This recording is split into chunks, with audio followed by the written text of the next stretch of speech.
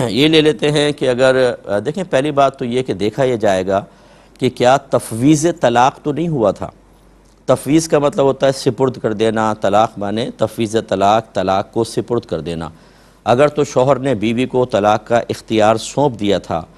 تو وہ بھی دو طرح کے الفاظ ہوتے ہیں۔ اگر یوں کہا تھا تم اپنے آپ کو طلاق دے لو تو اسی مجلس اور محفل میں بیوی کو طلاق دینی ہوگی، نہیں دے گی، جیسے اٹھیں گے جیسے کھانے پینے لگے بات کی وہ اختیار چلا جائے گا۔ لیکن اگر دوام والے ہمیشگی والے الفاظ سے اختیار دیا تھا کہ تم جب چاہو خود کو طلاق دے دو،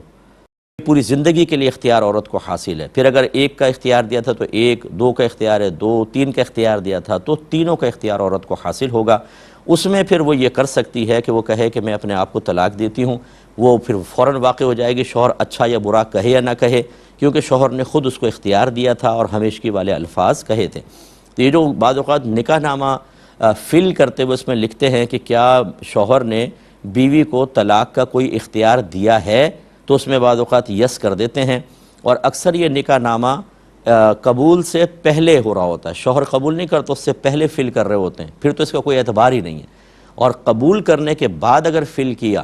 تو وہ اس میں اگر دوام کے الفاظ نہیں ہیں تو یاد رکھیں کہ نکاح کی مجلس تک ہی حق رہے گا، جیسے یہ بدل گئی وہ حق گیا۔ تو یہ لوگوں کو پتہ ہی نہیں ہوتا، لکھوا لیتے ہیں اور بعد میں اختیار نہیں رہتا، بلکہ لڑکیاں بعض اوقات اس اختیار کو استعمال کر کے جدا بھی ہو جاتی ہیں، حالانکہ ان کا اختیار تو ختم ہو چکا تھا۔